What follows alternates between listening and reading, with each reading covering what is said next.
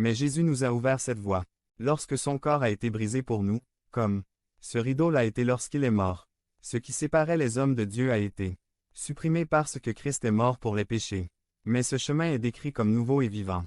Parce que Jésus non seulement est mort, mais il est aussi ressuscité. Il est vivant. Par sa mort et sa résurrection, il nous a rendus libres de nous approcher de Dieu et de communier avec lui.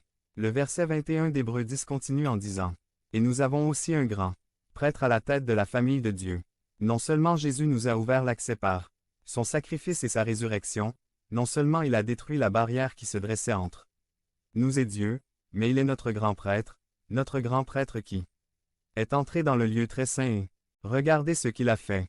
Versets 12 à 14 Hébreux 10.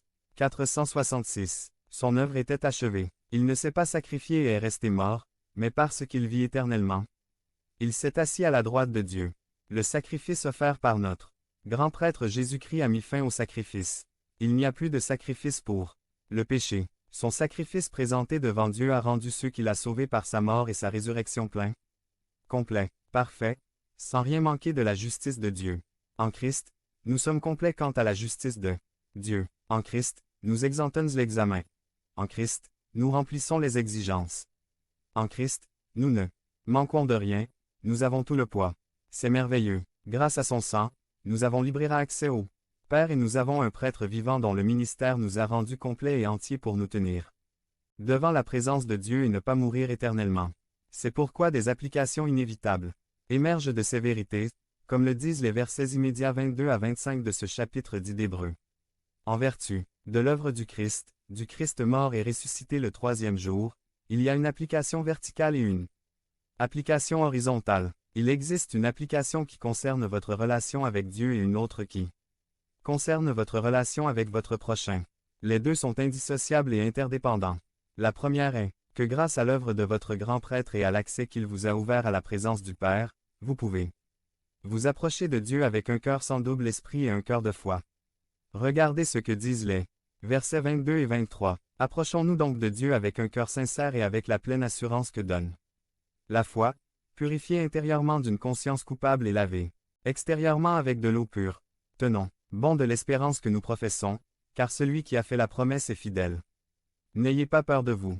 Rapprochez de Dieu. Si vous avez un cœur sincère et que vous avez été purifié intérieurement et extérieurement grâce à l'œuvre du Christ par sa grâce, continuez à vous approcher avec une foi ferme dans les promesses de Dieu car il est fidèle et ne changera pas d'avis au dernier moment. Bref, renforcez votre relation avec Dieu. Continuez à grandir dans la foi du Seigneur Jésus-Christ. Ne te retourne pas. Vous êtes entré en sa présence à travers le chemin nouveau et vivant que le Christ nous a ouvert par son ministère de prêtre. Ne doutez pas, n'hésitez pas, continuez à vous accrocher à l'espérance qui est en Jésus-Christ à travers toutes les difficultés de la vie.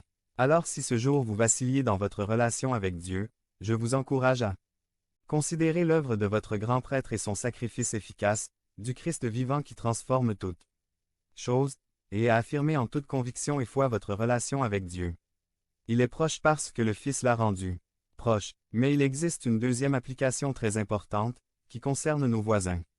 Les versets 24 et 25 disent « Prenons soin les uns des autres, afin de nous stimuler mutuellement à l'amour et aux bonnes œuvres. Ne cessons pas de nous rassembler, comme certains ont l'habitude de le faire, mais encourageons-nous les uns les autres, et d'autant plus maintenant que nous voyons ce jour approcher. Ceux dont les péchés ont été pardonnés, ceux que représentait ce grand prêtre, ceux pour qui